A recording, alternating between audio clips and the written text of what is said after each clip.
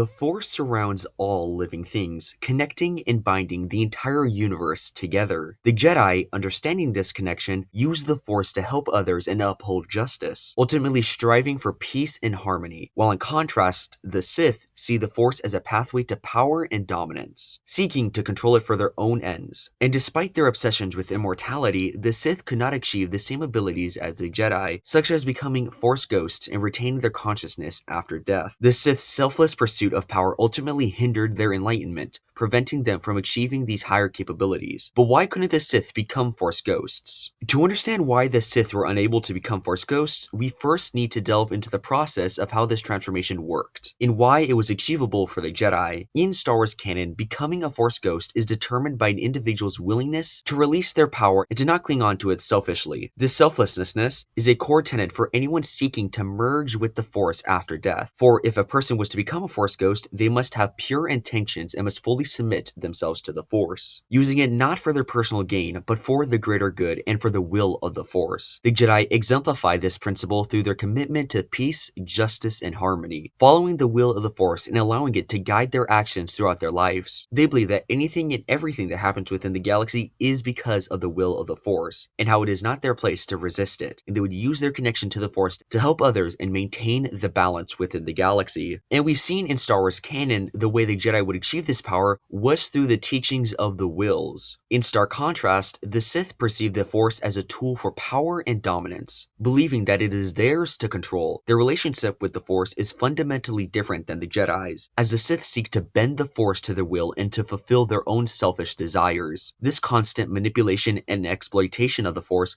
prevents the Sith from ever achieving the same spiritual enlightenment as the Jedi. The Sith's inability to become a Force ghost is deeply ironic when you think about it, given that one of their primary goals is to achieve immortality. However, true immortality through the Force requires selflessness and harmony with the Force, both of which the Sith inherently lack. The power that the Sith crave can only be attained by those who embrace the Force in its fullest, of those who fully embrace the Force and have come to peace with everything. This would lead to a profound sense of jealousy and hatred toward the Jedi. This envy drives many Sith to seek alternative methods to prolonging their lives or even possibly achieving a semblance of immortality. While the Jedi attain inner peace and harmony with the Force, becoming one with it and achieving the ability to become a Force ghost, the Sith, however, must resort to more sinister and less reliable methods. In various pieces of Star Wars legends and canon, there are instances where the Sith had actually managed to extend their existence beyond death, albeit much more different and much more limited compared to the Jedi. To achieve this, a Sith must anchor their spirits to a physical object or location by infusing it with their dark side energy and presence. This anchoring process allowed them to leave a part of themselves behind, enabling them to return in a limited capacity. Examples of this include the Grand Inquisitor's spirit being tied to a Jedi outpost, multiple Sith consciousness being preserved within Sith holocrons, and Darth Bane in his tomb, although that was strictly an illusion that Yoda had a face and was rather not real. Despite these efforts, however, the post-mortem existence of Sith is significantly weaker and less capable